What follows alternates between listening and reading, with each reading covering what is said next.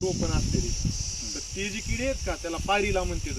आणि पानाच्या खालून जर बघितलं ना असं मोराचे पकड कसे असतात असे, तर त्याचं जे काही म्हणजे ते कसं तिरकस चालतंय पानाच्या खाली, तर ते जे किडे आहेत ना त्याला पायरीला म्हणतात.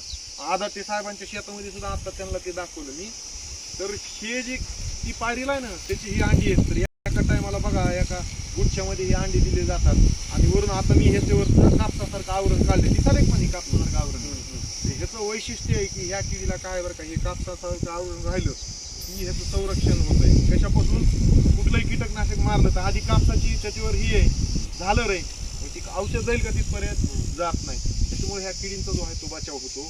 ही गेल्या वर्षी प्रचंड मोठ्या प्रमाणामध्ये आपल्याकडं त्या आपल्या सगळ्या परळी तालुक्यामध्ये प्रचंड मोठ्या प्रमाणामध्ये प्रादुर्भाव झाला होता. ह्याचं नियंत्रण जर तुम्हाला करायचं असेल, आता उगं फिरताना हे जसं जसं दिसल तसं तसं लगेच ही जी आहे ती अंडी ही नष्ट करायची, दाबायचं, पंक्चर करून खलास करून टाकायची. आता मोठा ऊस झाल्याच्या नंतर फवारणी शक्य आहे का? आणि ही कीड कशी असते, पानाच्या खाली असते, शक्यतो तिथपर्यंत कीटकनाशक जात नाही. म्हणजे कीटकनाशकाचा खर्च जास्त होतोय. आता इथं बघा एवढं वाळवीचा प्रादुर्भाव झाला, यांनी महागा मोलाचं कीटकनाशक वापरलं तरी रिझल्ट भेटले नाही का, तर त्या ठिकाणी प्रॉपर सगळं औषध जाईलच ह्याची गॅरंटी नाही. म्हणून आधीच त्यांना जे आहे ते नियंत्रण करण्यासाठी जे आहे ते आपण अंडी अवस्था वगैरे जसं भेटल दिसल तसं लगेच माणसं फिरताना जे आहे ते कंट्रोल. पिकाचं संरक्षण करायचं म्हणल्यास ही रस शोषण करणारी कीड आहे. आणि रस शोषण करत राहिली ना तर तुमच्या उत्पादनामध्ये गॅरंटी नाही.